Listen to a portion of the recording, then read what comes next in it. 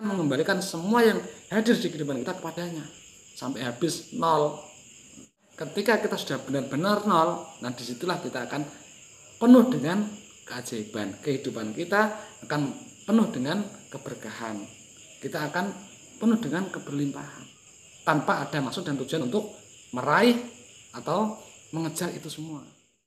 Assalamualaikum warahmatullahi wabarakatuh. Salam sejahtera untuk sahabat-sahabat semua. Ketenangan, kedamaian, kenyamanan, ketentraman, dan kebahagiaan semoga menyelimuti kita selalu di setiap waktu. Amin.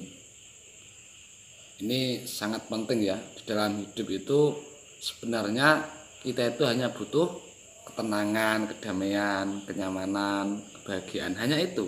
Kita bekerja setiap hari, berangkat pagi, pulang petang, kita berdagang, kita bertani, kita beternak, atau melakukan apa saja ya. Sebenarnya itu untuk apa sih? Untuk kebahagiaan. Hanya saja masih banyak orang yang kurang pas di dalam memaknai kebahagiaan.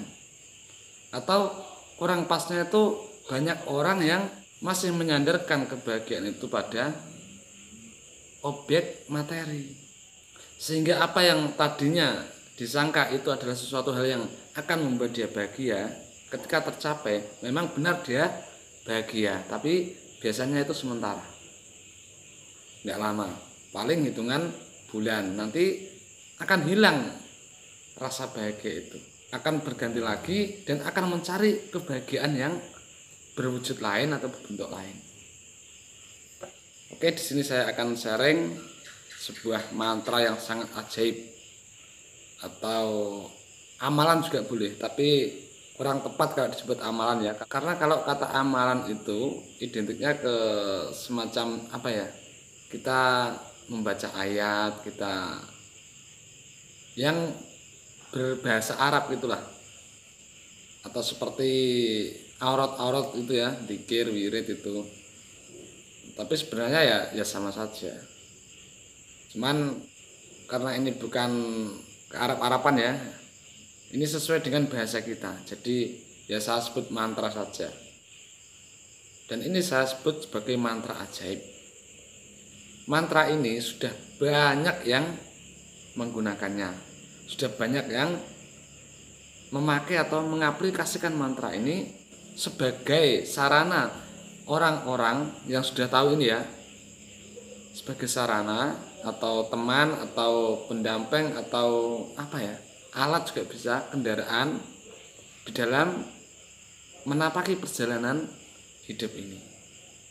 Dan dari berkah mantra ini ya, bukan karena mantra, tapi Allah menurunkan suatu berkah, rahmat, menurunkan taufik, hidayah, memberikan suatu keajaiban. Itu prosesnya, alurnya itu ya dilewatkan dari mantra ini bagi orang-orang tertentu yang jodoh dengan mantra ini.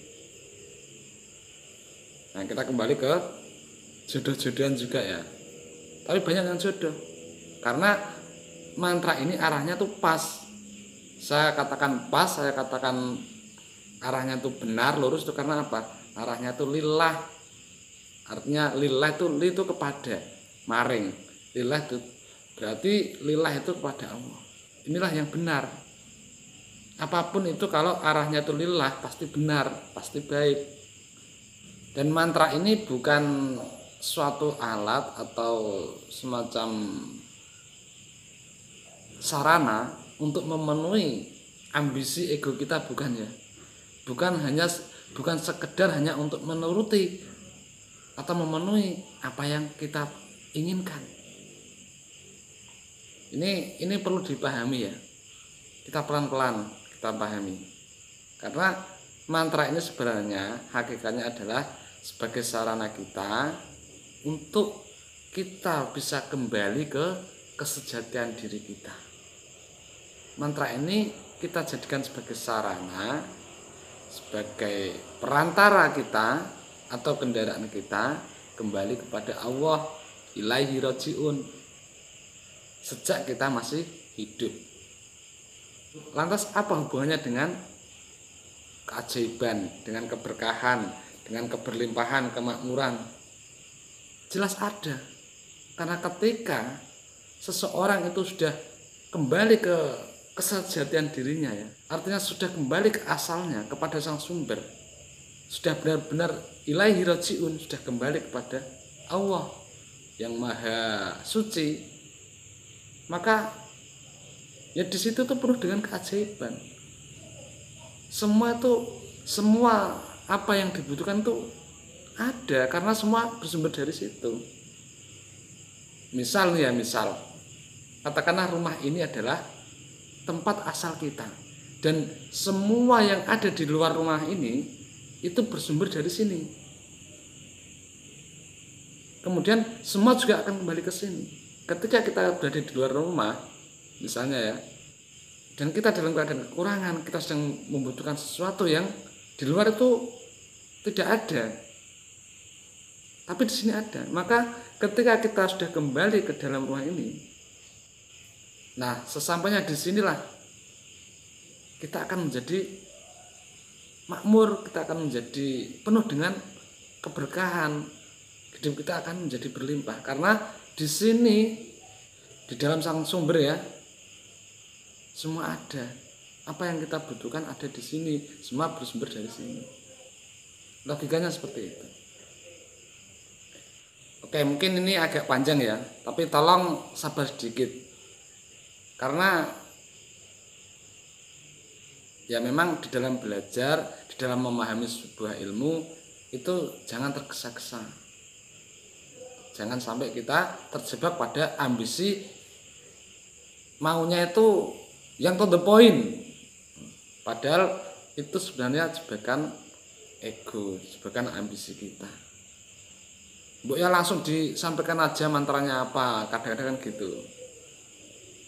Kalaupun dikasih langsung tanpa penjelasan, ya bisa jadi masih bingung, masih nggak percaya, masih kurang yakin, masih mencari-cari lagi, masih mencari tahu ini gimana, terus untuk apa, terus bagaimana cara mengaplikasikannya. Jadi pelan-pelan saja. Kalau Anda paham ini, kemudian oleh Allah Anda diberikan kemudahan, diberikan kekuatan, dan digerakkan bisa mengaplikasikan ini, saya jamin kehidupan Anda akan makmur, akan penuh dengan ketenangan, penuh dengan keajaiban. Ini pasti. Tapi ingat, kita melakukan ini, kita akan menggunakan mantra ini bukan untuk mengejar, bukan untuk memperoleh, bukan untuk mendapatkan yang namanya keajaiban, bukan untuk meraih kemakmuran seperti yang kita pikirkan. Nah, ini nanti akan beda lagi. Kalau kita mengaplikasikan ini untuk mengejar, untuk meraih, untuk mendapatkan keberlimpahan dalam hidup, untuk meraih keajaiban, untuk memperoleh keberuntungan.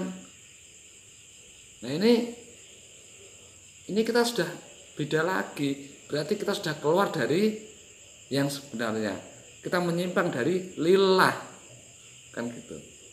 Karena kalau lillah itu nggak ada motif apapun. Bisa dipahami ya? Oke, langsung saja mantranya ya. Setelah ini baru bagaimana mengaplikasikan mantra ini. Mantranya cukup simpel. Karena saya orang Jawa dan saya memperoleh juga dari kiai saya juga orang Jawa, bahasa Jawanya seperti ini. Ini salah satu saja ya. Ini salah satunya ya. Masih ada banyak. Ya mirip-mirip tapi beda penerapannya. Tapi ini satu saja, ini sudah mewakili semuanya lah. Sudah cukup untuk kita kembali kepada Allah. Mantranya begini. Ya Allah, monggo sedaya masalah kula pasrahke dhateng jenengan. Nyuwun ngapunten badhe jan damel napa kula niki ya Allah, monggo kersa jenengan. Ya Allah, monggo sedaya masalah kula pasrahke dhateng jenengan. Nyuwun ngapunten badhe jan damel napa kula niki ya Allah, monggo kersa jenengan. Ya Allah, monggo sedaya masalah kula pasrahke dhateng jenengan. Nyuwun ngapunten badhe jan damel napa kula niki ya Allah, monggo kersa jenengan. Tidak harus sama dengan yang saya ucapkan ya bahasanya. Yang penting kita paham maknanya, kita tahu maksudnya, kita tahu arahnya, dan kita paham untuk apa kita melakukan ini. Jadi bisa pakai bahasa Indonesia, pakai bahasa Sunda, pakai bahasa Batak, pakai bahasa Madura, pakai bahasa Dayak, pakai bahasa Papua, Irian, Bali, boleh. Kalau di bahasa Indonesia kan kurang lebih begini. Ya Allah, semua masalah yang Engkau berikan kepadaku, aku pasrahkan kepadamu. Maafkanlah aku. Dan Engkau jadikan apa aku ini ya Allah, terserah Engkau. Monggo ya Allah, semua masalah yang Engkau berikan kepadaku, aku pasrahkan kepadamu, aku kembalikan kepadamu. Dan Engkau jadikan apa aku ini ya Allah, terserah Engkau. Terus diulang-ulang ya. Bagaimana kita mempraktikkan ini? Kapan? Di mana? Mantra ini kita ungkapkan, kita baca di dalam hati, kita utarakan, kita ungkapkan kapanpun, dimanapun, tidak terikat ruang dan waktu ya. Jadi dimanapun, kapanpun, ketika ada suatu permasalahan hadir di pikiran kita. Karena masalah itu adanya di pikiran, datangnya di pikiran, dan letaknya juga di pikiran. Kalau sini kosong, sini ikut kosong. Nah, karena masalah itu datangnya ke pikiran kita, maka hati kita lah yang bertugas untuk mengantarkan masalah-masalah yang ada di pikiran ini kepada Allah. Bisa dipahami ya? Masalah itu datangnya di pikiran kita. Dan tugas hati kita adalah mengembalikan atau mengantarkan masalah semua yang ada di otak pikiran kita ini. Hati kita itu harus mengantarkan, melepaskan, menyampaikan, mengembalikannya kepada Allah. Jadi datang langsung kita lempar, datang lempar, sehingga nanti kita itu akan penuh dengan kekosongan. Penuh tapi kosong, artinya penuh kekosongan. Kita akan legowo, akan plong ya, nggak ada apa-apa.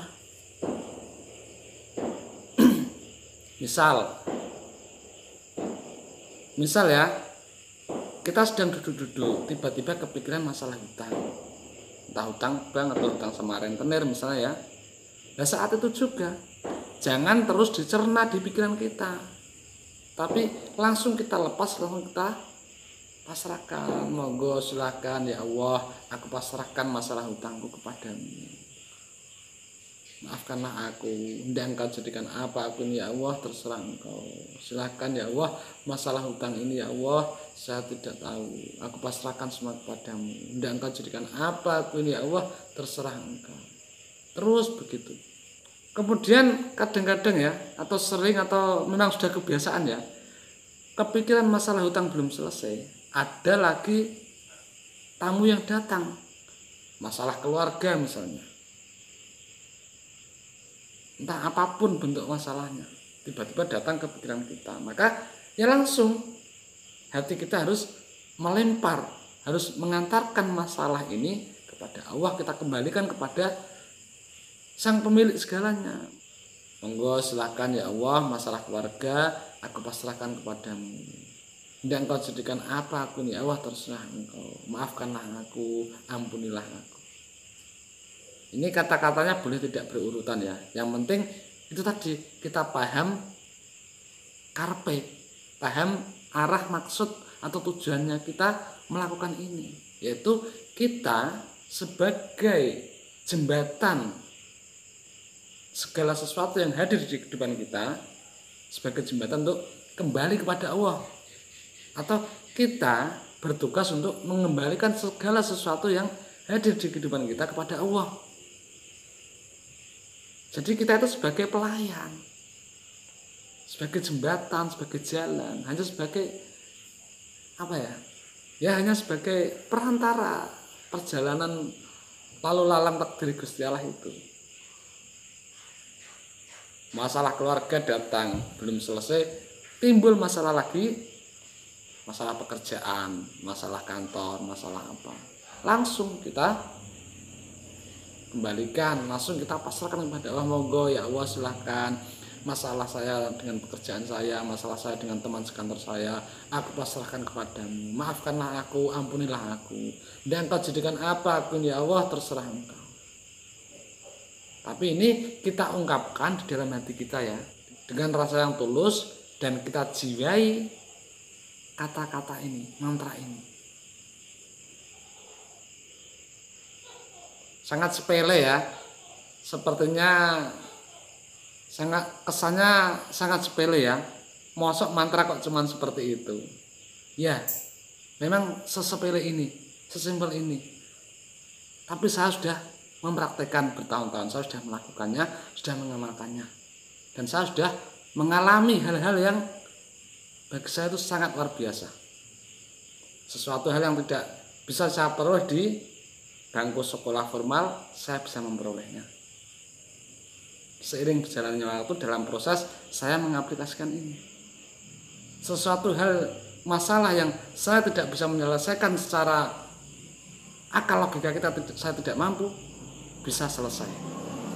Dan mantra ini sudah banyak yang menggunakan atau mengaplikasikannya. Cuma jarang orang tahu. Karena tidak dipublikasikan. Tidak ada yang mempublikasikan. Bisa jadi baru saya. Bukannya sombong atau apa ya, karena saya ingin berbagi. Biar bagaimanapun, saya juga sama seperti hubungan saya terhadap masalah. Terhadap Anda semua itu, saya hanya sebagai jembatan, hanya sebagai pelayan. Sebagai perantara Anda semua untuk kembali ke asal.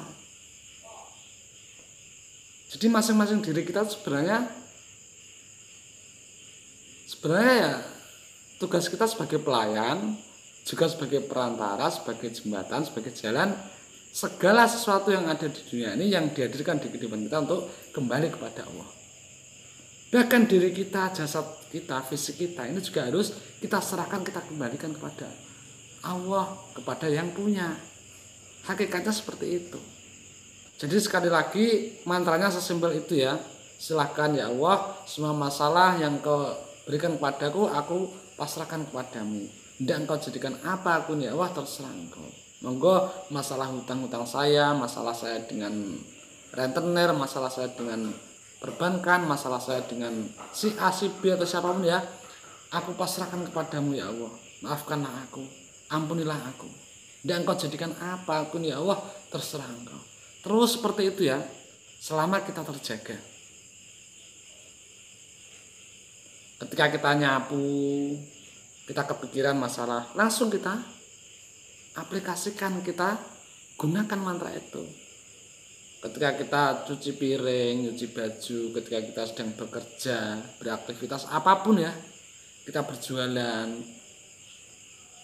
itu sebenarnya kan pikiran itu nggak ada henti-hentinya. Dia akan terus berpikir dan disinilah penuh permasalahan. Nah, karena di sini akan terus penuh permasalahan, ya sininya harus waspada, harus selalu siap sedia, harus selalu terjaga, selalu awas itu ya, sehingga setiap kali ada masalah muncul, di sini sudah siap untuk langsung mengembalikan, untuk memasrahkan, untuk melepas atau melempar kembali kepada asalnya. Ini agak panjang ya, mungkin bagi sebagian teman-teman akan ada yang bilang terlalu bertele-tele, terlalu panjang. Mbok ya langsung saja dikasih tahu mantranya ini. Sekali lagi mohon maaf ya, karena bagi saya ya memang sesimpel itu, semudah itu. Tapi ya enggak semudah itu juga, karena kita butuh pemahaman. Bukan asal mantranya. Coba saja Anda lihat banyak orang yang sudah mengamalkan suatu amalan, baca waqiah, baca surat Yasin, baca macam-macam amalan. Tapi kenyataannya apa? Mereka memperoleh kelelahan Sebabnya karena mereka tidak memahami arahnya. Mereka tidak paham sebenarnya langkah kita itu harusnya bagaimana, niat kita, tujuan kita. Karena belum paham, mereka hanya mengejar apa yang menjadi keinginannya, tanpa disadari mereka sedang dikuasai oleh ambisinya, egonya, pikirannya. Arahnya tidak bisa lillah. Dan kita melakukan ini ya, sebenarnya juga kita tuh sedang berjalan kembali kepada asal. Oke, jadi gitu ya. Mantranya sesimpel itu. Datang pikiran anak nakal, anak rewel, monggo ya Allah, anak saya pasrahkan kepadamu. Ampunilah aku, maafkanlah aku. Dan Engkau jadikan apa aku ya Allah, terserah Engkau. Jadi anak itu juga kita kembalikan kepada sang pemilik. Kalau anak sudah kembali, sudah berada di sang pemiliknya, ya sudah pasti nanti yang mengatur, mengurus anak ini adalah sang pemilik. Kalau dia sang pemilik yang mengatur, mengurus, maka sudah pasti semua baik adanya. Sudah pasti baik. Beda kalau kita yang mengurusnya, penuh dengan ambisi, penuh dengan ego. Kita hanya menuruti ego kita, keinginan kita.